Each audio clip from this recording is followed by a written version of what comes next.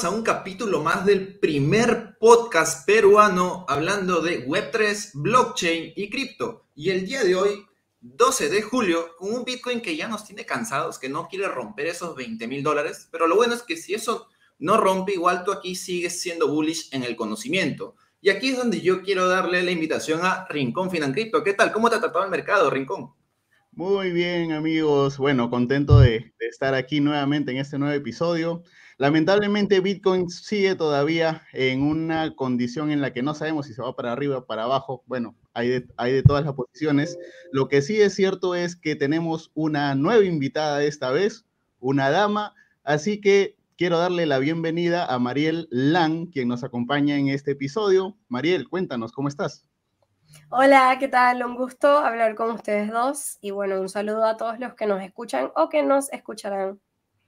Claro, eso está genial. Bueno, aquí Mariel ya creo que es nuestra primera invitada femenina. En el siguiente podcast vamos a tener también, para que esto se vuelva costumbre, también a otra invitada ya en el sector de Play to Earn. Aquí con Mariel vamos a hablar en el punto, y esa va a ser la temática de este capítulo, los ciclos de mercado. Bien, entonces ahí Mariel, quiero que nos expliques un poco qué son estos ciclos y si realmente es importante saberlo más que todo a los que estamos dentro del mundo cripto, ya que tenemos un halving. ¿Realmente teniendo el halving siguen siendo importantes los ciclos de mercado o no tanto?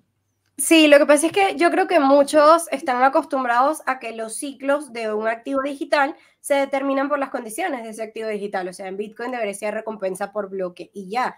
Pero eso es únicamente si el capital que está dentro de Bitcoin solo sigue este regimiento. ¿Y qué pasa? Que el capital que ha entrado a Bitcoin suele ser el mismo capital que está en otros major índices.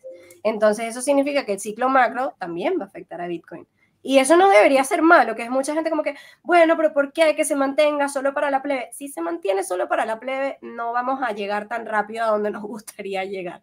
Entonces, yo creo que la parte buena es que si está comportándose como un high sentiment beta asset, que es un activo de alta sensibilidad con el mercado a nivel macro, es porque el capital que está dentro de BTC es muy parecido a los otros activos, como por ejemplo el SP o por ejemplo al Nasdaq, al US30. Si tiene correlaciones ya directamente con el dólar index, esto significa que hay como más respaldo dentro del capital que hay o la adopción que este tiene. Entonces, eso significa que no es cualquier moneda digital. Pero sí, los ciclos macro afectan. Y creo que está de segunda vez, porque en el COVID también se vio, pero esta vez no hay como un catalizador tan fuerte que no sea deuda externa y malas políticas monetarias. Pero creo que es bastante interesante que la gente empiece a ahondar en esto. Claro, Porque ahora, no es la última vez que va a pasar.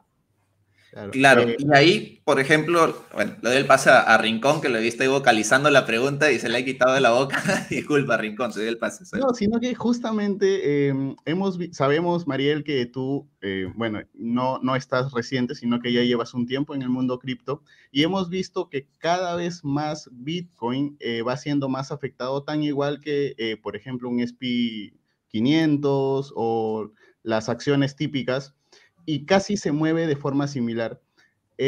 ¿Crees que esto cada vez va a ir siendo más pegado, o sea, se van a aparecer cada vez más? ¿O consideras que en algún momento Bitcoin podría despegarse de esa misma, digamos, esos mismos patrones que está siguiendo el mundo tradicional?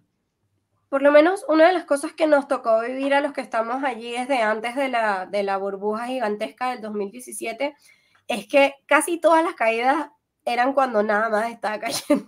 O sea, literalmente solo era Bitcoin y ya. Y era porque algo pasó dentro de Bitcoin. Entonces, por ejemplo, Mt. Gox en quiebra, bueno, cae todo. Otro exchange en quiebra, bueno, cae todo. Ahorita sí, está bien, un exchange quebró, un exchange que no representaba ni el 0.60% de los Bitcoin en total. ¿Qué pasa? Que todos los índices a nivel internacional están en rojo. Entonces, creo que en algún momento se va a perder esta correlación tan fuerte, porque si nos fijamos, a diferencia de otros activos, acá el supply limitado es mucho, mucho, mucho menor. Y aquí el código como tal no es cambiar. O sea, aquí yo no puedo hacer un split como pudiera hacerlo en un stock, etc.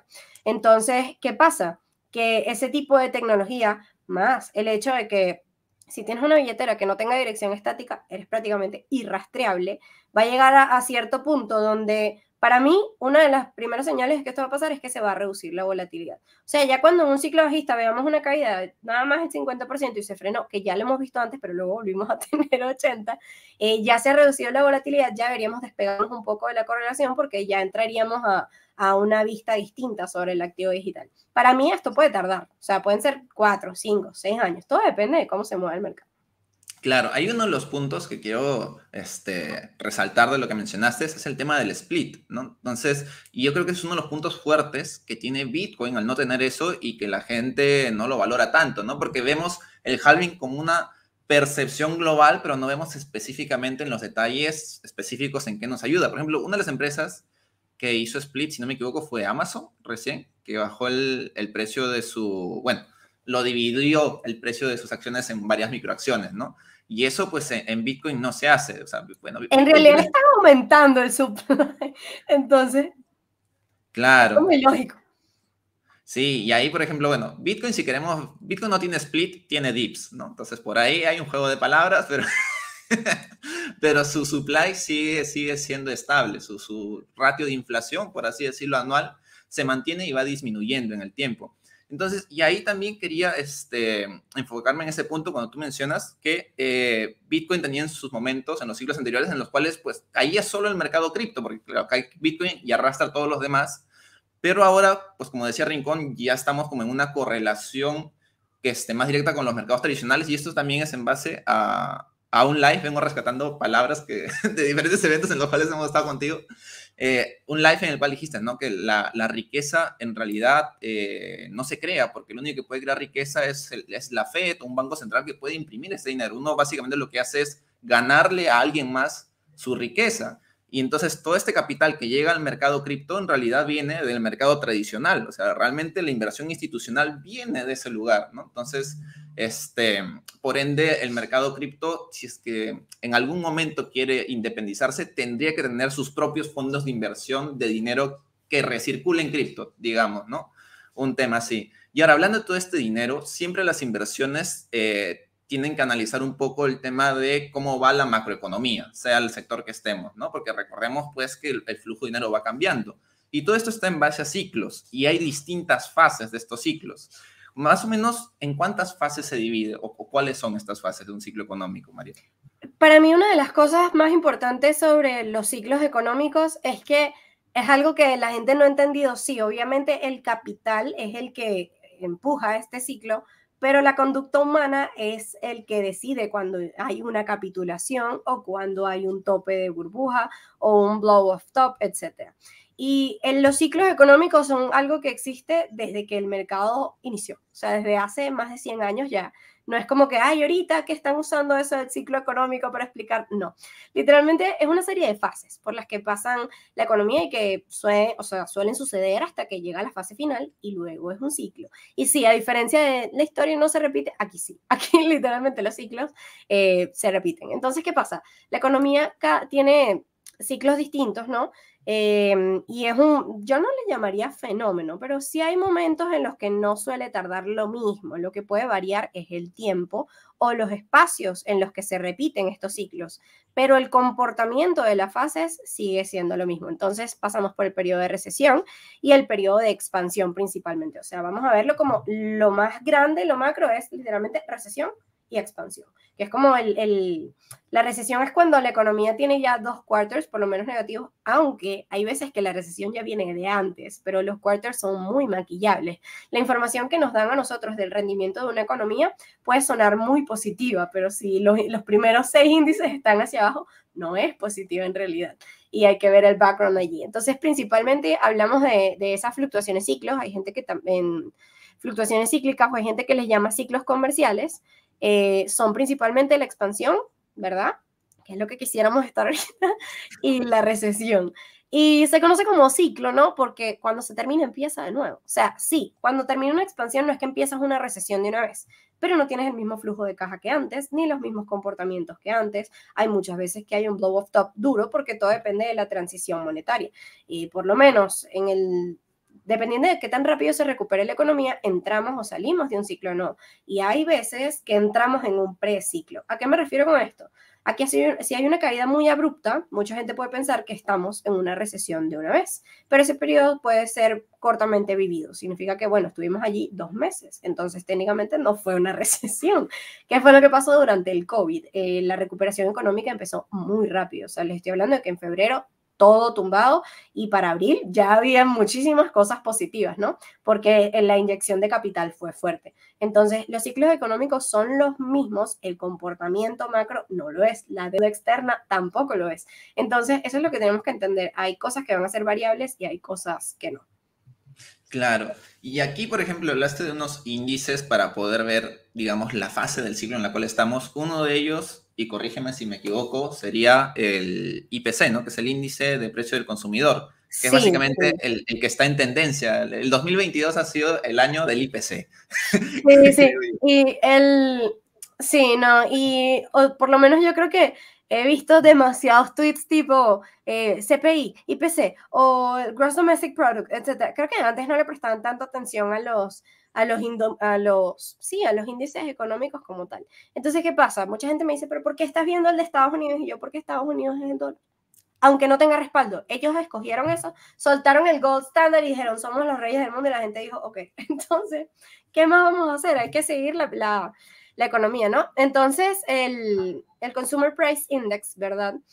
Es el que usamos o sea, en realidad, ¿para qué se usa? O sea, ¿cómo funciona un índice? Porque hay índices simples y hay índices compuestos. Hay índices que solo traquean, tipo, un precio neto o un ingreso neto. Mientras que hay índices que son una formulación. Son varias cosas. Por eso les digo, son maquillables. O sea, si yo por lo menos estoy siguiendo la cantidad de maíz que se ha vendido, no puedo alterarlo si no tengo, o sea, lo único que puedo hacer es cambiar la cifra real. Pero si es una formulación con una de todas las partes de mi formulación que yo cambie, ya el resultado cambia. Entonces, por eso les digo que sí, obviamente el Consumer Price Index nos mueve bastante el mercado al corto, pero la situación macro general es la que nos va a decir, tipo, esto sí fue verdadero, o mira, la Fed nos mintió, como cuando nos dijo que la inflación era transitoria. Entonces, ¿qué pasa? Se usa para ajustar los salarios, beneficios de retiro, todos los espacios de impuestos también y muchos otros indicadores económicos. Y por eso es tan importante, ¿sabes? Porque no es como que uno más, es uno de los que tenemos por arriba. Entonces, ¿qué pasa? Que nos ayuda a nosotros controlar el riesgo de inflación e incluso el riesgo de deflación también. Entonces, creo que por eso ha tenido tanta atención últimamente. Porque, por ejemplo, si les digo ahorita, la forma más sencilla de verlo con un ejemplo, si el CPI sube, el CPI aumenta, ¿no? Cuando hay un cambio alcista en el CPI, esto significa que ha habido, vamos a decir que un aumento en el promedio de los precios en los últimos brackets de tiempo, en los últimos periodos de tiempo. Eso significa que los precios de todo está subiendo, ¿no? Y esto no es positivo, no es como que, yo tengo una colección de ropa y está subiendo. No, esto no es positivo. Entonces, esto significa que esa repercusión de, mira, los precios han estado subiendo, nos va a guiar eventualmente a ajustar el ingreso y ajustar el costo de vida. Y ahí es cuando empezamos a jugar en grandes ligas. Entonces, ¿por qué? Porque presuntamente, ¿verdad? Vamos a tener que tener, valga la redundancia, mejores ingresos para ajustarnos al costo de la vida. Entonces, este proceso se llama indexación, que es cuando en realidad el indicador genera una repercusión de actividad real. O sea, ¿sabes? No es como que es solo un numerito. No, hay que cambiar toda la economía. Claro, y eso, como también afecta al consumo, afecta al PBI también, ¿no? De un país, básicamente. Claro, porque frena un poco, también es que son muchas cosas, o sea, es como una bola de pelusas, que es que sí, bueno, el CPI también, pero entonces las tasas de interés ajustadas, más el nivel de desempleo, pero sí, en sí afecta el país porque obviamente la producción no puede ser la misma que antes. Pero entonces, Claro, porque ahí, por ejemplo, el PBI, disculpa Rincón, ahorita te doy el pase para cerrar ya mi idea ahorita que se me está uniendo recién en la cabeza. Claro, porque el PBI ahí vendría a ser consumo más inversión, más gasto público, más exportación, menos la importación sería, ¿no? Entonces, claro, si comienza a subir el CPI o si la inflación comienza a subir, claro, el consumo ya comienza a cambiar, comienza a debilitarse también por ese lado, ¿no? Y ahí, en ese punto, digamos, en esa formulita, según yo, y desde mi perspectiva, hay una pieza clave, que es digamos, el que tiene el poder de mover hacia la derecha o hacia la izquierda los engranajes, que sería el gasto público, ¿no? En ese punto, que básicamente dentro de ahí pues ya viene la política monetaria, la política, por acá lo tengo escrito, para política fiscal, ¿no? Entonces, ya vendría por ahí un tema también gubernamental, ¿no? Sobre el movimiento de la economía, y ahí la importancia de saber estos ciclos de mercado, ¿no? No invertir en cualquier momento, porque hay muchas veces ahora que todos los precios están bajos, pero digamos, muchas veces llevándonos al mundo cripto, ¿no? La gente comienza a seguir pensando que una moneda que está en el puesto 500, ¿no? Que tiene un nombre extraño y que tiene 2 ceros por delante, puede acumular, ¿no? Dice, voy yo desea en esta acá, lo voy a ir acumulando para si da el pelotazo, pues llegue. Y no, o sea, eso se da en fases de un ciclo económico al final, porque, digamos, así como en el mundo cripto, cuando hubo este auge, esta explosión, que nosotros lo conocemos como FOMO, y todo lo que tocábamos se multiplicaba por 10, por 5, por 20, en el mundo tradicional también pasa lo mismo, ¿no? Suben los precios de viviendas, hay más ofertas de trabajos, hay mejores sueldos, ves el dinero que está circulando, ves más gente en la calle, más gente en negocios. Entonces, es bonito cómo este mundo cripto, para las personas que no saben de economía, como en mi caso, nos ayudan como un tema de introducción, ¿no? A ese punto y a poder comparar. Claro, lo normal es comparar primero lo tradicional y luego llevarlo al mundo cripto, que es, por ejemplo, el camino que está Mariel. Y en mi caso, yo cero cripto, digo, cero tradicional, y recién por las criptos he podido ver esas diferencias. Entonces, ahí sí le suelto el pase a Rincón Financiera, me extendí un poquito.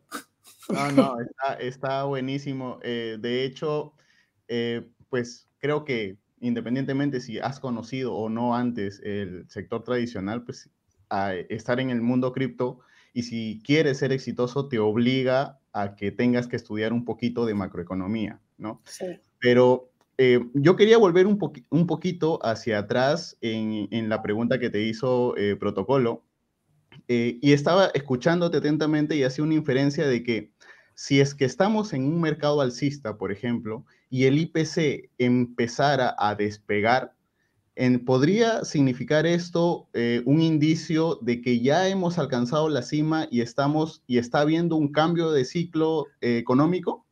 El problema de esto es que tanto con los topes, que son los blow-off tops, como con los bottoms, que son las capitulaciones, el cerebro humano busca la forma de racionalizar. Entonces, por ejemplo, si te lo pongo del lado contrario, o sea, está demasiado bajo, siempre puede estar más bajo. Entonces, esto es lo que sucede. Cuando estamos en un agosto y está desmedido, podemos pensar, bueno, ¿sabes qué? Vamos a salirnos de todo y a shortear todo porque en realidad estamos cerca.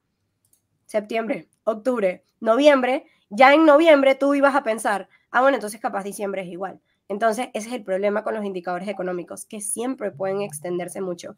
Y la desventaja que yo tomaría como tal es el hecho de que, fíjense ustedes, o sea, yo por lo menos cuando yo estudio economía, de hecho me faltan 2 créditos para graduarme, entonces, bueno, por ahí pueden ver, si les soy, gracias, pero si les soy honesta, lo que me ha ayudado a entender todo esto ha sido que lo que sí estoy graduada y tengo 2 diplomados es en teoría de juego y en data análisis. Esas son las 2 cosas que me ayudan a entender todo lo demás, porque las fórmulas económicas son muy abstractas. ¿Y a qué me refiero con esto? A que, por ejemplo, como estaba pensando Rincón, o sea, si ya en un momento yo tengo un indicador excedido, pues probablemente tenga en algún punto que regresar. El problema es que nunca podemos saber cuándo es ese punto. Porque, por ejemplo, ahí está el VIX, que es el índice de volatilidad que nos ayuda a medir el mercado de Nueva York.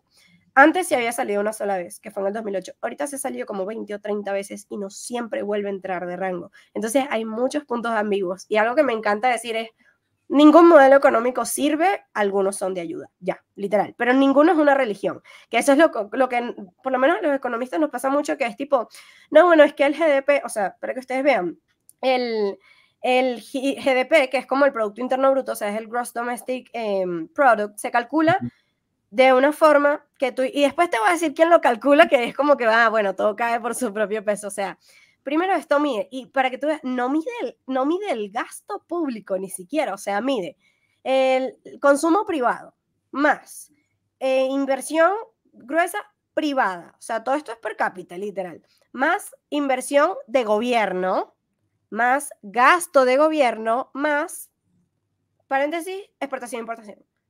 Eso es lo que mide. Por eso les digo, es demasiado fácil cambiar eso. Ahí, sí. ¿Y quién lo calcula? La Agencia Nacional de Estadística. O sea, entonces, ¿y cuál es el estándar? El estándar internacional. Entonces, yo sí lo que creo es que, y uno de los ciclos que me gusta a mí más seguir es el ciclo que no tiene nada que ver con número, porque los mejores ciclos son los ciclos atemporales. ¿A qué me refiero? A que si esto pasó hace 100 años y se repite ahorita, es porque las bases con las que se fundaron ese ciclo son atemporales. Entonces, miren, ¿que han cambiado las acciones o el tipo de acciones que compramos? Sí. ¿Ha cambiado la tecnología? Sí. ¿Ha cambiado la cantidad de gente que puede invertir en un mercado? Sí. ¿Ha cambiado el público? Sí. ¿Ha cambiado la deuda, la cantidad de dinero? Sí. ¿Qué es lo único que no cambia y que no hemos podido estudiar a profundidad porque siempre se tranca en un momento? La emoción humana, que es la que actúa en base a un mercado. Por eso para mí Wyckoff o como le quieran decir, es el mejor midiendo las capitulaciones, o sea, de verdad. Y es lo que han hecho casi todos los magnates que ustedes ven detrás de fondos de inversiones, no es tanto seguir ciclos económicos, sí, obviamente ayuda muchísimo más que compres en una recesión que compres en un ciclo de expansión, pero las emociones por detrás del mercado, y por eso me gusta tanto la teoría de juego, te dicen todo, o sea, literalmente te dicen absolutamente todo, tanto desde el punto alcista como que, creo que era Buffett que decía esto, no recuerdo, que si mi zapatero me está diciendo que está comprando acciones, es cuando yo empiezo a vender, porque ya ahí hay una euforia masiva. Y cuando ya todo el mundo piensa que jamás va a volver a subir y que ya está muerto, es cuando estás en capitulación, literal. Y esto no te lo dice ningún indicador Cuando económico. ya estás destrozado psicológicamente, ¿no? En una esquina, hecho así huevito básicamente, y ahí comienzan las velas verdes. Cuando sales de tu depresión de 2 semanas y ves el gráfico, ya está 2x arriba, más o menos. Sí, Y literal. cuando le entras con fuerza, de repente, vaya para abajo de nuevo, papá. Sí. Ahora, Mariel, ahí hablaste... nada más para terminar protocolo. ¿Y en qué etapa o en qué fase de este ciclo tú consideras que estamos ahorita, 12 de julio del 2022? Espero que no me odien porque sé que a muchos no les va a gustar esto que voy a decir, pero para mí todavía no estamos en la recesión absurda, literal, aún no. Entonces me da risa porque cada vez que alguien me pregunta, le digo, ¿recesión ahorita? No. Pero el año que viene sí, o sea, es casi inminente, literal, entonces todo el mundo se queda, o sea, ¿por qué? ¿Qué pasa? Miren, hay algo que está manteniendo todo esto de que no se vaya a la PIB, y eso es cómo están manejando la deuda externa. Como todos los países están endeudados, pero hasta la madre, se han abstenido de tomar acción con respecto a esto. Entonces están prácticamente, piénsenlo de esta manera. Hay 2 personas paradas en una cuerda floja y solo están haciendo equilibrio porque se están agarrando de las manos. Saben que si se sueltan, lo más probable es que se caigan los dos, pero hay una remota posibilidad de que uno se suelte y se agarre de la cuerda y el otro murió. Entonces, así estamos a nivel internacional con la economía. Hay demasiada deuda externa, pero nadie está como en la posición para decir, págame, ya, no hay garantías, porque todo el mundo está en un declive económico por malas políticas monetarias o por, vamos a decir que gestión acelerada. Si hubiesen hecho lo que hicieron en el COVID, distribuido en 2 años, no estuviéramos viviendo lo que estamos viviendo ahorita, pero tampoco hubiésemos vivido los all-time high de noviembre, ni la economía en crack. Literalmente, le echaron fertilizante a una matita de este tamaño y ahora tienen un tronco que no pueden sacar. Entonces, para mí, de aquí hasta el fin, hasta el fin de año, no hasta el fin del mundo, hasta el fin de año van a haber muchísimas consolidaciones, lateralizaciones. Sí, lateralizaciones de 20%, 30%, pero no veremos all-time highs, por lo menos si la economía sigue como está. Que de repente la Fed anuncia, miren, ya no vamos a aumentar las tasas porque todo se arregló. Bueno, sí, súper alcista, se reduce esto. Pero as of now, literalmente ahorita, para mí lo que queda de año va a ser una lateralización. ¿Qué es espacio para acumular? Sí. Que todavía, sí, o sea, este es en base a las políticas que hay ahorita. Política internacional cambia, vamos a subir las tasas de interés por 1.15, olvídense que por lo menos macro bottom 50% menos para casi todo. Entonces, por eso es que hay que estar tan al tanto y diversificar el tiempo en el que compramos activos, porque las políticas también cambian, ¿sabes? Si yo hubiese comprado en noviembre, tipo, esto está escrito en piedra, pero no, la Fed es bastante flexible, a veces para bien, a veces impresora de dinero hace brrr, y a veces para mal, de tipo, todo se va para la nada. Entonces, mientras las medidas económicas siguen iguales, o sea, 0.75, 0.50 aumento cada 2 meses, cada mes, para mí es una lateralización. Suben mucho las tasas de interés, o los indicadores económicos lo empezamos a ver muy negativo. Macro bottom por lo menos un 50% más, o sea, del actual. No es que, va a caer 100%, se fue a cero. No, existe la paradoja del seno, siempre puede caer más. Entonces, literal, eso en cuenta.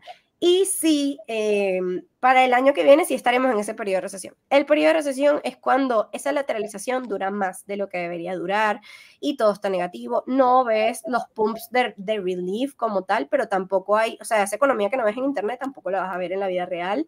El consumo se frena, 2, la importación también se frena, 2, la exportación también. Y todo se pone como en una ligera pausa, que es lo que quiere crear la Fed a punta de los aumentos de tasas de interés. Pero eso, yo espero que mantengan el mismo nivel, que es lo que están diciendo, que es 0.75. Pero que se vuelen el coco y puedan decir 2%, sí, puede pasar. Ya pasó esta reunión anterior. Esperemos sí, que no. ¿no? Y es curioso ahí, por ejemplo, cómo personas que están, digamos, no expuestas directamente al mercado, porque en realidad todos estamos expuestos al mercado desde nuestro primer día de nacimiento, lastimosamente. A menos que seas que sí, de esos sectores indígenas que son autosustentables, que tienen un propio dialecto y consumen, esa es la única forma en que no te afecta la inflación. Hasta que llega, pues, digamos, al mercado con una represa, ¿no? Entonces ya ahí sí llegó la mano del mercado a tu zona. Literal. Hasta yo. Entonces, pero es curioso cómo, por ejemplo, estos mensajes que suele dar estos organismos gubernamentales, muchas personas les cambia también el tema de la emoción, ¿no? Momentos como que pueden decir, no, sí, estamos en una inflación muy mala y estas personas pueden sentir inclusive que están en una inflación peor de la que estamos.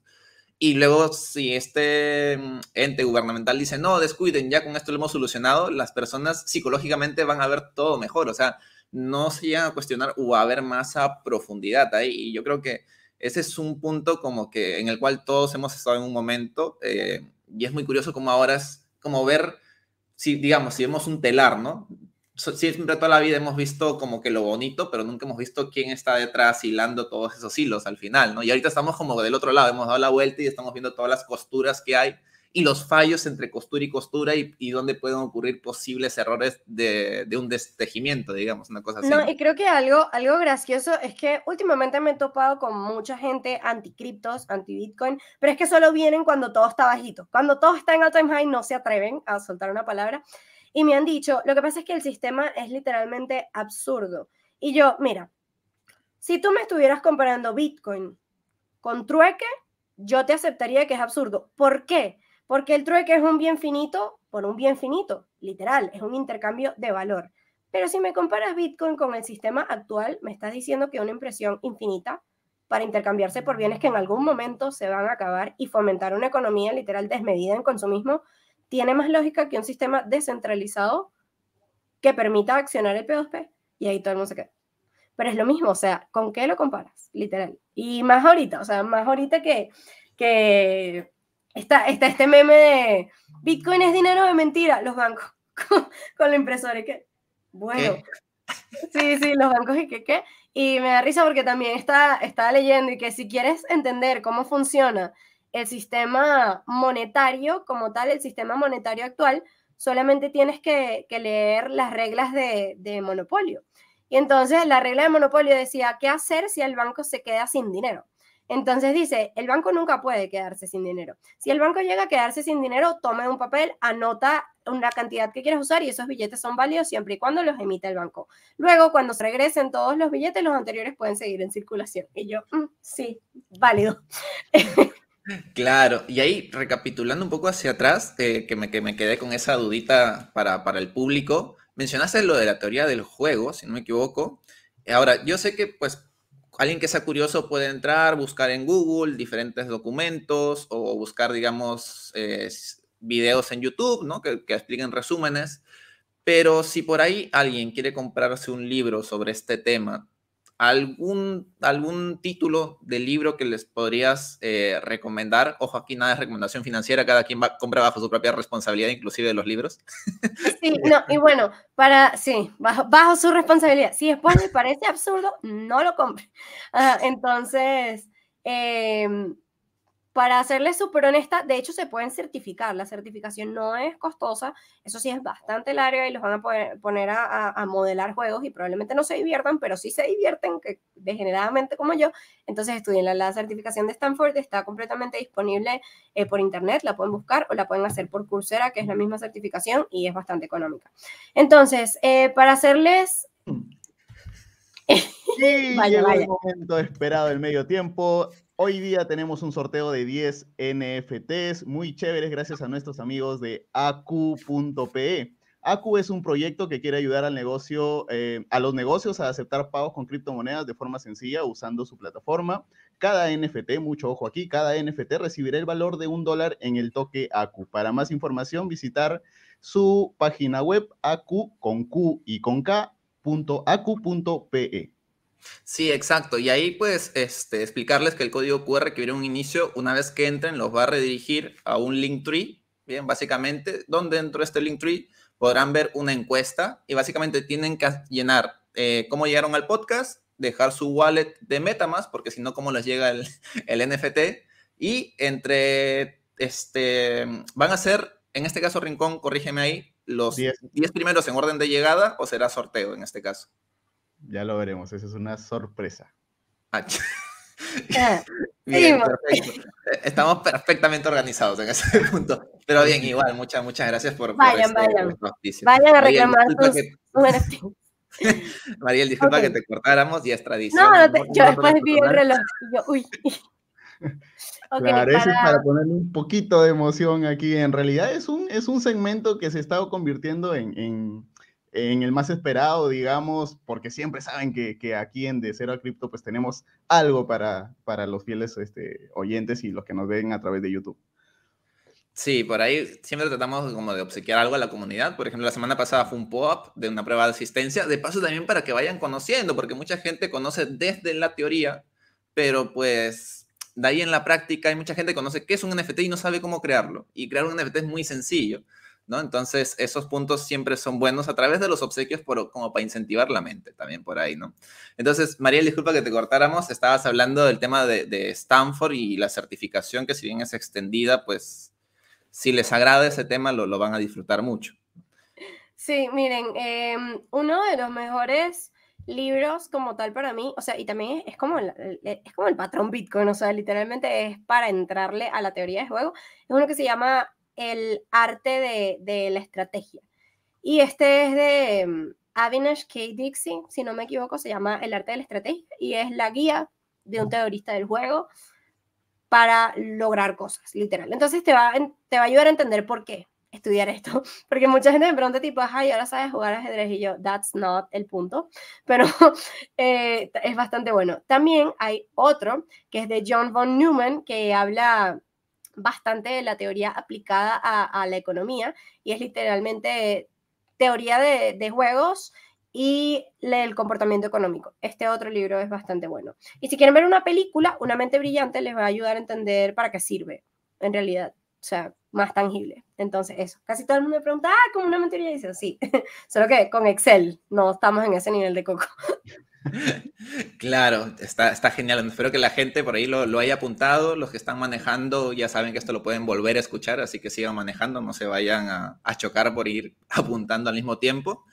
Y por ahí volviendo al tema, quería hacerle la pregunta a Mariel sobre los ciclos de mercado. Si tú piensas desde tu punto de vista que estos ciclos realmente son orgánicos, o sea, realmente se basan en las masas y su exposición al riesgo que tengan en diferentes momentos, o hay, digamos, algún ente por detrás que determina en una mayoría posible cuándo comienza o cuándo está este ciclo de inicio y cuándo está el ciclo ya de finalización.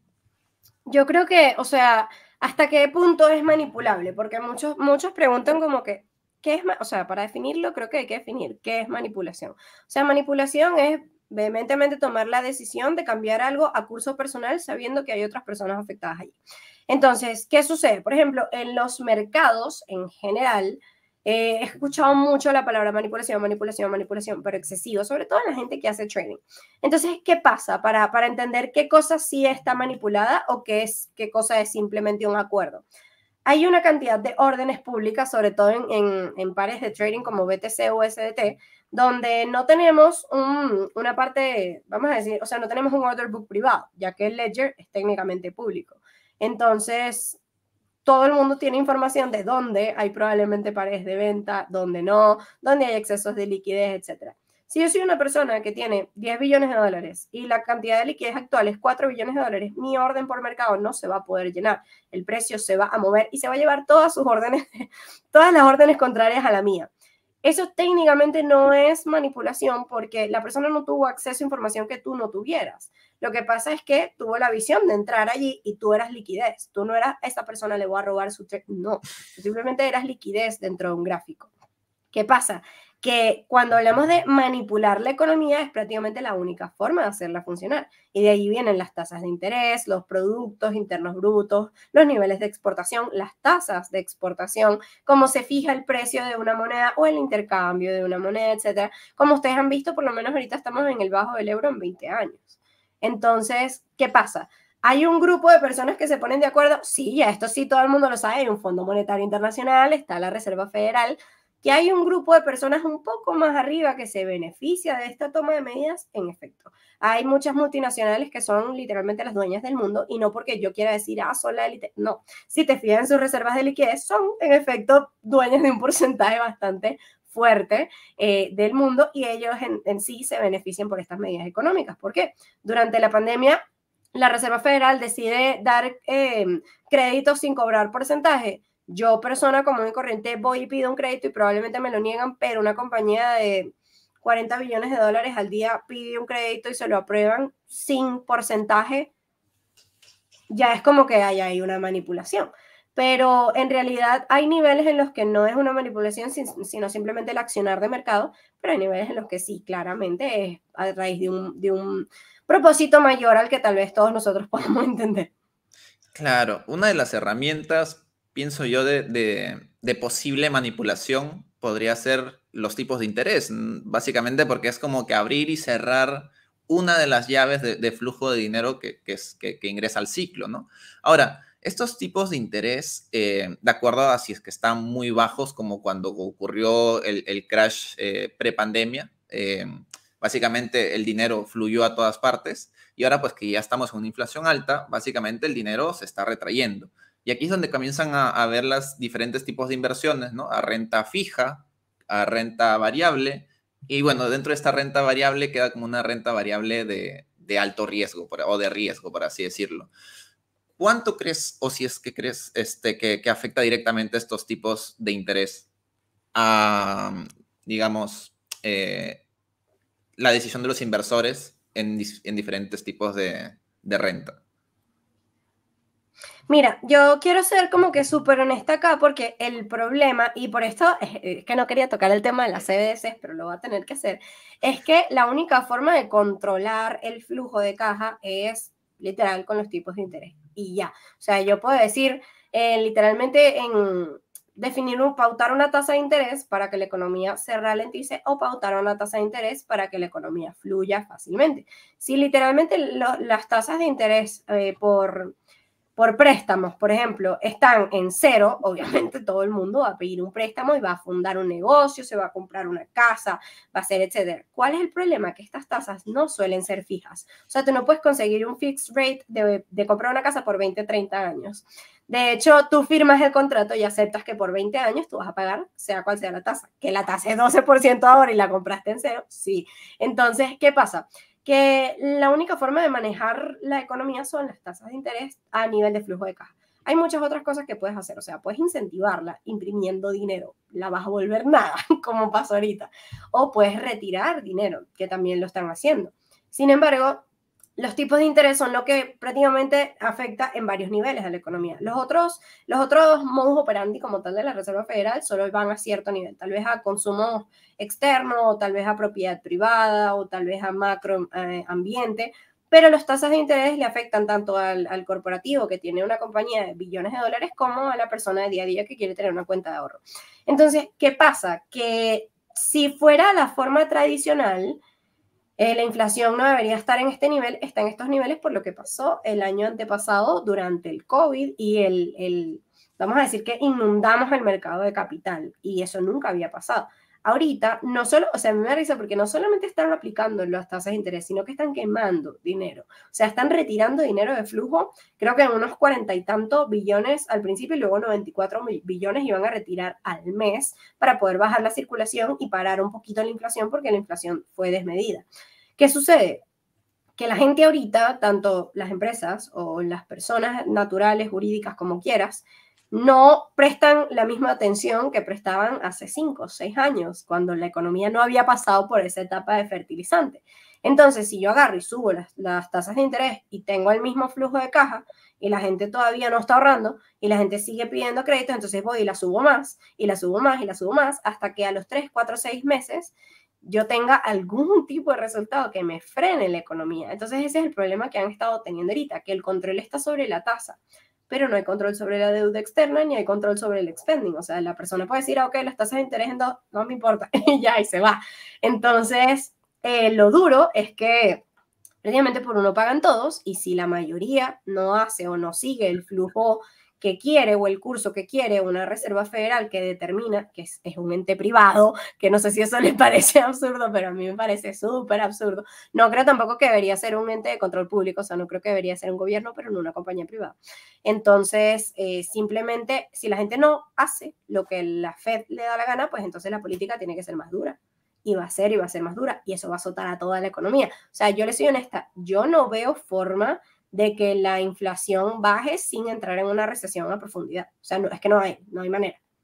Y la Claro, forma una recesión y luego una guerra por ahí de repente, ¿no? Para acelerar la economía. No, de hecho, yo quería preguntarte, porque ya se han dado algunos comentarios de gente que dice que es improbable que la inflación llegue a ser parada a través del aumento de las tasas de interés. Ahora, yo no creo. Eso nunca ha pasado. Sin entrar en una recesión, nunca ha pasado. Siempre es, tasas. Inflación durísima.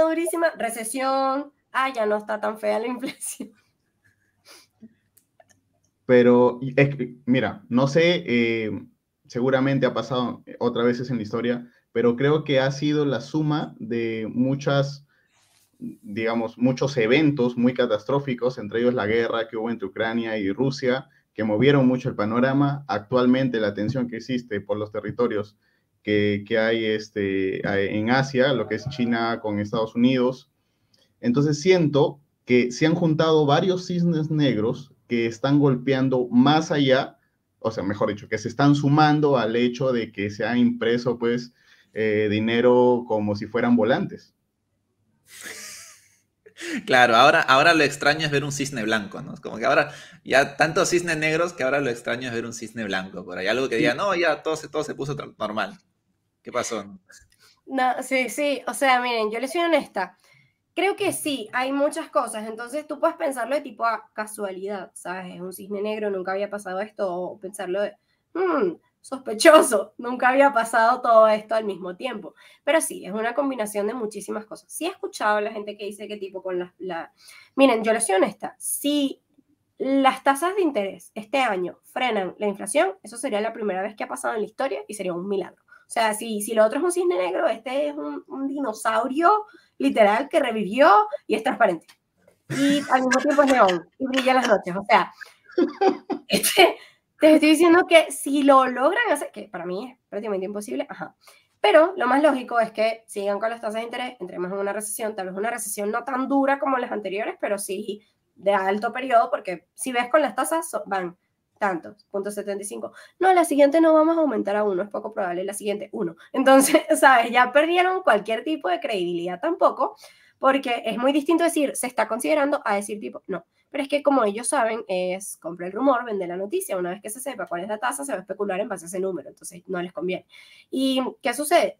Son muchas cosas, o sea, obviamente, deuda externa, más el ambiente macro como tal, lo que está pasando en Rusia y Ucrania, que sí, tal vez si tú estás en Latinoamérica ni cuenta te has dado, pero Rusia y Estados Unidos sí tienen un problema. De hecho, toda Europa versus Rusia hay un problema ahí fuerte también. Rusia acaparó una cantidad de materias primas, como tal, de todo, energía sobre todo. Entonces, ¿sabes? Si de repente te dice, chao, no tienes luz. No, bueno, pero no, estás en la OTAN, no tienes luz. Entonces, ¿sabes cómo se puede lidiar con este tipo de cosas? Entonces, piensas que ahí hay varias cuestiones que resolver. Y si les soy honesta, no es que sirva de mucho tener a 15 parlamentarios, 50 parlamentarios sentados pensando qué hacer sobre esta decisión, porque los únicos que no tienen ni voz ni voto en la decisión de la economía son los que en verdad la creen. Entonces, ese es como el ciclo acá sí, buena economía, mala economía. ¿Qué puedo hacer? Nada, literal. Adaptarme. Claro. Ahora, ahí lo bueno creo yo también de los ciclos es que siempre van hacia adelante. Bueno, hasta el momento no ha habido como, o sea, la finalización de un ciclo y inicio de otro no había un ciclo que se produzca menos, digamos. Y también los productos van cambiando, todo va cambiando, las carreras profesionales, etcétera.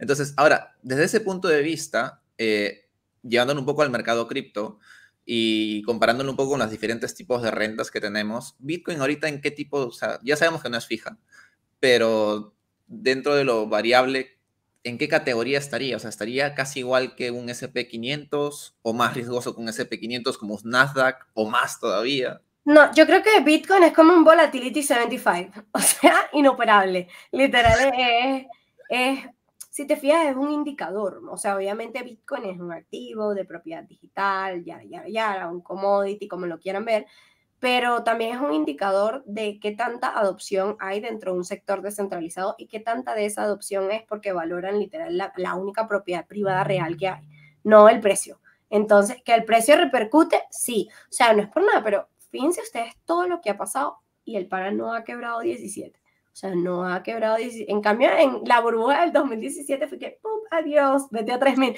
Entonces, ¿sabes? Yo creo que eso, para mí estaría dentro, o sea, para mí de lo más parecido como tal estaría con respecto, para mí es un commodity digital, literalmente sí, es como un oro digital, lo que cambia es que obviamente va a ser mucho más volátil, pero es que la cantidad de oro que tú tienes en circulación no es la misma cantidad que Bitcoin. Aparte, el caso de uso del oro es muy distinto al de Bitcoin. Yo ponte que guardo oro en mi casa, me lo roban y ya, hasta ahí quedó. Yo guardo Bitcoins y siempre y cuando alguien, que hasta a mí se me puede olvidar, mi llave privada, son míos. Es lo más parecido a una conciencia, o sea, no es incautable, a diferencia de todos los demás activos. Y para mí ese es como que la realización a la que no todo el mundo ha llegado. Y por eso todavía lo ven como Lagarde, que es la de el Banco Central de Europa, que se la pasa diciendo, no, las criptomonedas son especulación, y yo, el dólar vale lo mismo que el euro. Entonces, ¿sabes? Es como una narrativa muy fuerte. Para mí, obviamente, es un activo volátil, eso hay que reconocerlo, y está al nivel de volatilidad que un índice, o sea, que un índice que mide volatilidad. Claro, hablando de ese punto de la paridad del euro con el dólar, esta paridad ha sido un golazo para BlackRock con su representante Circle, que ahora sacan el Eurocoin y básicamente solamente cambian el simbolito porque pasan la misma reserva de dólares y con esta paridad las transforman en euros directamente. O sea, le ha salido rentable, pero al 100% todo esto de aquí. Entonces, no, pero también el tema que comentaba Mariel, el hecho de que tú seas dueño de tu propio activo, porque por ejemplo, una noticia que está fresca es el hecho de que, si bien es cierto, se dice que nuestro dinero está seguro en un banco y que es probable que yo pierda ese dinero, lo que sí es altamente probable es que la posibilidad de retirarlo es muy manipulable y que lamentablemente no puedes hacer nada. Ya está pasando en China, de hecho, en donde es un país súper restrictivo y en donde si tú sales a marchar, pues te meten preso, te desaparecen. Y es lo que está pasando. Mucha gente, lamentablemente, tiene su dinero en el banco, sigue sus cuentas ahí con el mismo dinero, pero ¿de qué sirve si no los puedes retirar en absoluto? Claro, exacto. Y hay también un punto que mencionaba Mariel, que era el tema de Bitcoin como commodity, ¿no? Y justo, bueno, ya he hablado con algunas personas también que ya llevan tiempo igual que Mariel, y claro, ellos me decían, es que Bitcoin, a ver, tiene un costo de producción. Es como una materia prima directamente, o sea, no es algo que salga de la nada como una distribución de monedas, sino requiere un esfuerzo económico, ¿no? Básicamente este esfuerzo a través de un consumo de electricidad, que es donde sale su precio, su costo de producción. Y ahora, pues resulta, y ahí corríjame, creo que fue el mes pasado o hace 2 meses, la verdad que Mundo Cripto te deja perdido en el tiempo, pero comenzaron a mencionar los de la SEC que sí, Bitcoin es una commodity y es calificada como commodity para el gobierno americano.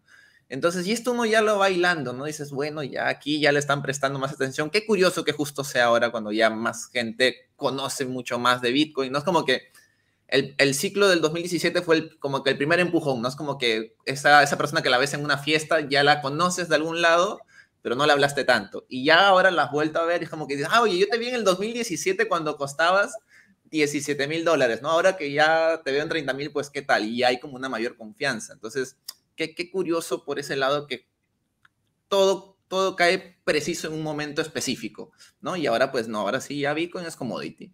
Y ya de repente ya comienzan a regular más los custodios, curioso también que comienzan a caer custodios, ¿no? Entonces es bonita toda esta trama de economía, por así decirlo, que En estamos realidad viviendo. yo creo que es poco probable que las cosas se den al azar, sobre todo cuando hablamos de macroeconomía. No sé qué opines tú ahí, Mariel. ¿Te parece que todo es como que, ups, pasó pues porque tenía que pasar?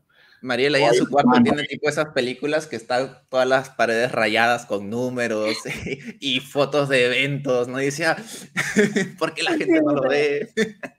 ese es este. Ya déjame mostrarles eso para que después no digan que es mentira. Sí, literalmente mido las probabilidades acá. O sea, sí. Joder. Un cuaderno de Baby Yoda, eso. Ahí Mira, para la gente que nos está escuchando, ahí Mariel nos está mostrando algo muy parecido a aquellos papelitos que habían en Una mente brillante, que es una muy buena película. los post-its, sí, bueno, tengo otra pared así, pero no la voy a mostrar por mi salud mental. Pero ajá, mira, yo creo que hasta cierto punto podemos decir, están pasando las cosas porque tenían que pasar. O sea, si hay hechos fortuitos y tenemos que aceptar que eso existe. O sea, por ejemplo, Hiroshima, nadie sabía que podía, o sea, era tan, o sea, yo me quedé loca como tal con las probabilidades que habían de que sucediera y cómo pasó el suceso. Lo mismo con Chernobyl, ¿sabes? Era una de las, de hecho, la energía nuclear es una de las que es considerada más segura. Y por cierto, vean la serie, está bastante buena. Por un error humano se destruyeron miles de vidas, o sea, literal. Entonces, sí, hay cosas que, ¿sabes? Pasaron y no teníamos control, pero las tasas de interés no son una de esas cosas. Entonces, por lo menos lo de Rusia y Ucrania se veía venir. Rusia tiene años metiendo gente por ciudad fronteriza a Ucrania, creando allí como ya sus focos de divide y conquistarás. Entonces sí, tiene años diciendo literalmente en televisión nacional pública, mira, voy a invadir Ucrania. O sea, no era como algo que no se esperaba. Ahora, ¿cuándo? No se podía saber. Lo mismo, por ejemplo, hasta qué punto eso no estaba planificado, no, capaz Putin tenía la fecha escrita desde hace 10 años y ya le estaba consciente, nosotros no. Entonces, ¿qué cosas no son hechos fortuitos para mí? Hay muchas cosas que son simplemente resultados de probabilidad. Por ejemplo, hay muchos fondos insolventes, como estábamos hablando ahorita, excesivos fondos insolventes. ¿Era una probabilidad que eso sucediera? Sí. Mientras, o sea, si no son criptomonedas de las que se caen por completo, pues entonces probablemente sean exchanges centralizados y sus criptomonedas. Entonces, sí, hay hechos allí que, aunque parezcan fortuitos, prácticamente había una probabilidad de que sucedieran. Y hay otras cosas que sí son literalmente cisnes negros, por ejemplo. Ahora, el precio de la gasolina era algo que yo creo que desde el gobierno de Trump se decía que el precio de la gasolina se iba a volver loco como tal. Entonces, yo creo que una de las cosas acá a considerar, y literalmente las cosas más importantes, es que a punto de gasolina era bastante obvio que iba a pasar. Entonces, no fue un hecho fortuito nunca. ¿Y por qué no fue un hecho fortuito? Porque literalmente era poco probable que sucediera. Ya me asusté. Ah, llegaste. Ay, me asusté. Ajá, hola. Ay, yo que no, la perra, ¿cómo es tan grande? Ajá, bueno. Entonces, el punto es que el hecho de lo que sí puede suceder, hay muchas cosas que van a pasar. Por ejemplo, cosas que sí podemos saber que hay alta probabilidad. Recuerden que todo es probabilidad, o sea, literalmente hay una probabilidad de que mañana nos levantemos y Bitcoin esté en 100,000, que esa probabilidad sea muy, muy cercana a cero. Sí, esto es cierto. Entonces, lo lamento, muchacho. Pronto, pronto, Luna. Entonces, ¿qué pasa? Que si nosotros nos fijamos en la probabilidad, el oro, por ejemplo, va a seguir cayendo. El petróleo también, los gases naturales, los metales de reserva, las energías, o sea, la paridad del euro con el dólar. Sí, hay muchos hechos que no son como que, está pasando porque tenía que pasar. Y por detrás, sí hay una agenda y hay una planificación. Como ustedes están diciendo, ¿ustedes creen que los ciclos económicos son automáticos, yo creo que no. O sea, yo creo que literalmente ellos saben cuándo soltar un ciclo económico. Sí creo que esta vez se les fue de las manos. O sea, sí creo que tenían una recesión, porque si estabas dentro de las acciones, escuchabas la palabra recesión cada 3 comentarios, desde el 2016, o sea, literal. Pero no creo que tenían en mente que les podía salir tan mal, y tampoco tenían en mente de que este era justo el año que Putin iba a escoger. Entonces, sí ha sido como los catalizadores para que todo se junte. Pero todo lo que pase a partir de esos dos hechos de que sí no se sabía cuándo, sí para mí está fríamente calculado. Claro. Y ahí, por ejemplo, tomando el punto este de las acciones, que es un mercado que no está acostumbrado a estas caídas tan grandes, ¿no? Como en el mercado cripto, y ahí, de ahí vienen los memes, ¿no? Mercado cripto menos 60% normal, acciones menos 20% y ya básicamente el colapso financiero mundial, ¿no? Entonces, tú también que estás en este mundo de acciones, en mi caso yo solamente soy criptos, ya algún día comenzaré a aprender más de acciones, Poco a poco. Es más fácil, te lo juro. Si ya literalmente leíste sobre esto, ya. Mucho más vivía tranquilo. Genial, eso me motiva. Sí, entonces, desde ese punto de vista, quería hacerte esa pregunta. ¿Cuáles crees tú, digamos, si podrías escoger una acción y una acción, cuál crees tú en estos momentos que sea una acción que esté o sobrevalorada y otra que esté infravalorada? Ok. Antes que respondas, protocolo, quizá una acción, y déjame agregarle esa pregunta que está muy buena, ¿qué segmento o qué rubro? Ok, miren, yo les voy a ser honesta, yo solo invierto en acciones de tecnología, literal, solamente. Porque, ¿qué pasa? Las otras acciones están pasmadas. Coca-Cola, pasmada. Unilever, pasmada. Todas las acciones que no tienen como, vamos a decir que un nuevo sector de desarrollo, ¿qué van a sacar? ¿Otra marca de shampoo? No. Entonces, hay muchas que son de one product only. Entonces, ¿sabes? Es como, bueno, son blue chips, eso sí, si entregan dividendos probablemente estoy ahí, que compro muchas acciones de value. Tienes dos acciones, tienes las de growth, que son las acciones de crecimiento, y tienes las acciones de valor como Coca-Cola, como Unilever, como Procter & Gamble, etcétera, Johnson & Johnson, o sea, literalmente son acciones que, como, o por ejemplo AT&T, o sea, literal tienen su rubro, son el monopolio dentro de su rubro. Yo no invierto en estas acciones a menos que paguen dividendos muy jugosos porque no hay crecimiento, y yo literalmente invierto por crecimiento, más nada, o sea, obviamente por valor real, pero creo que el único valor real que tengo es Bitcoin, porque no, o sea, hay acciones en las que, por ejemplo, el fondo de ETFs de Spider, yo no voy a comprar el top 50, o sea, o el top 500, yo compro un ETF que haga eso, pero, ¿sabes? No tengo el mismo sentimiento de arraigo que con BTC. Por eso te digo que es más fácil entenderlo, porque es más tradicional. Entonces, eso por esa parte. Literal, solo compro acciones de tecnología, por ahí saben, y una que otra acción, que de hecho no las compro ahorita porque no están establecidas, las acciones de Tech llegaron o hicieron el boom con la burbuja.com. O sea, ya tienen 20 años existiendo. Las acciones de energía renovable, no. O sea, literalmente la única son que sí carros eléctricos, pero no tienen, vamos a decir que la misma base. O sea, eso se va para abajo peor que todo, como si fuera un penny stock. Pero si me preguntas otro sector en el que pudiera invertir una vez que salgamos un poquito de este declive, sería en todo el sector de energía autosustentable. O sea, hay compañías de reciclaje que no reciclan para obtener tipo nuevos plásticos, etcétera. Me parece la misma estupidez, pero reciclan para generar energía. O sea, literalmente van un poco más allá a punta de desechos. Entonces, hay muchos, vamos a decirles que le dicen nuevas fuentes de energía. Literalmente es energía autosustentable. O sea, es energía que no depende de residuos, etcétera, porque les voy a ser honesta.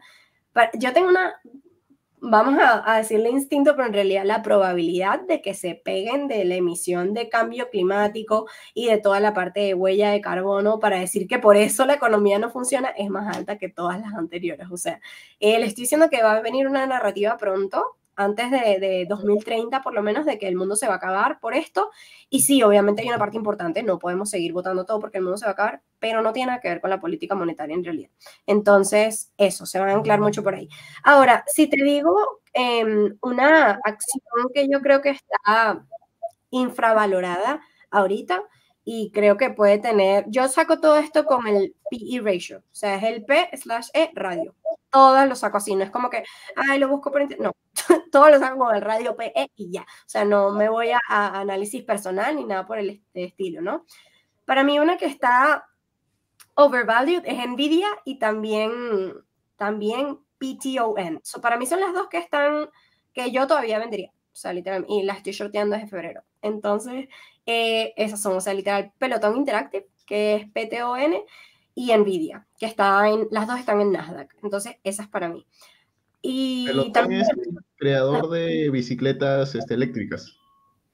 Y sí, ¿y qué es lo que pasa? Si tú te fijas en los earnings, o sea, el price to earning ratio, te das cuenta de que no tendría que estar valiendo tanto. O sea, literalmente su retorno no da como para que la acción esté en ese precio.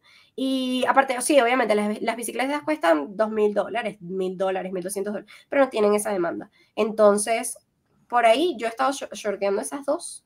Son las únicas que yo también tengo Nvidia, o sea, no es como que, tengo Nvidia desde hace mucho tiempo, Peloton sí no la tengo, pero sí le he estado shorteando porque me parece que según el repositorio está overvalued. Ahora, undervalued stocks. Una que sí es emocional, esta sí es emocional, esto no me importa el price to earning, Shopify, literal. Me parece que está súper undervalued. Capaz es emocional porque fue una de las acciones con las que más gané, pero me parece que en comparación a los rendimientos y a las funcionalidades que no tienen las mismas funcionalidades. Prácticamente Amazon es tipo todo el mundo venga a vender cosas conmigo y Shopify es como tomas tu propia tienda, te damos todo. Me parece que está undervalued. Y otra que está undervalued que sí es, vamos a decir que esta no es emocional y les digo que no es emocional porque en realidad no me importa lo que hace la empresa y va un poquito en contra de las empresas que quiero comprar en el futuro, pero sé que va a dar ganancias, es ExxonMobil, por ejemplo, y Pfizer. Son dos acciones que ahorita, según el price to earnings ratio, nos pudieran dar más. Según Mariel, el indicador más mi proporción, vamos a decir que de visión, Comcast, literalmente Comcast, pero a todas, y bueno, una un poquito mainstream, Tesla, obviamente, pero es porque Tesla va a meter lo que es Neuralink dentro de Tesla hasta sacar su IPO. Entonces, todo lo que esté relacionado con Elon Musk se mueve con Tesla. Entonces, aprovechen antes de que salga el IPO. Uy, ahí parece que se nos colgó. Ahí está, ya volvió. Justo en la parte final. Bueno, Mariel, aquí yo creo que voy a opinar algo y creo que toda la audiencia va a estar representada en esta opinión. Y si es que coinciden conmigo, todas las personas, hombres y mujeres que nos están escuchando, denle 5 estrellas a este podcast. Pero es que nos has dejado flechados con ese cerebro tan hermoso. Qué bestia, Dios mío. Este es uno de los podcasts que más ha fluido, con muchísimos datos importantes. Y yo estoy 100% seguro que tanto a Rincón como a mi persona, como a toda la audiencia igualmente, quisiera que este podcast durara mucho más.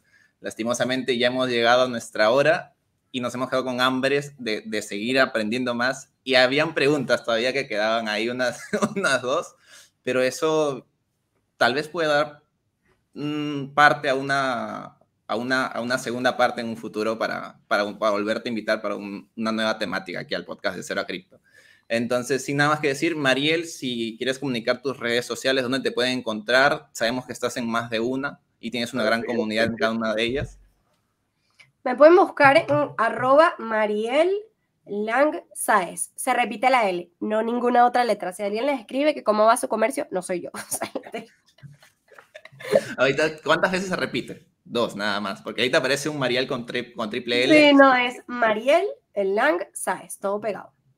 Me pueden encontrar ahí así es en Twitter, todas las en redes. TikTok, en Instagram, en Telegram, en todos lados. Buenísimo, buenísimo. Bueno, ¿hay alguna red donde esté todos los links, digamos, como para que la gente no se pase tanto? Más que todo para Telegram, por ejemplo, que es un poco más dificultoso. En el Telegram es @MarielLangSaez, igual. Y me pueden escribir a mi Telegram privado y yo les doy acceso a un grupo que tenemos donde les envío análisis siempre. Tengo un canal por allí.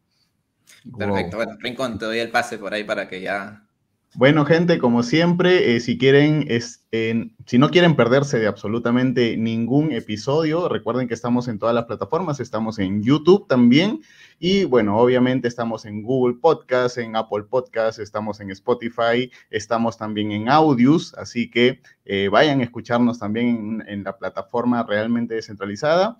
Y bueno, ha sido realmente un placer. Mariel, muchísimas gracias por quedarte aquí y compartir todo tu conocimiento y acompañarnos en este episodio que ha sido bastante maravilloso. Así que mil gracias y nos estamos viendo en un siguiente episodio. Chau, chau.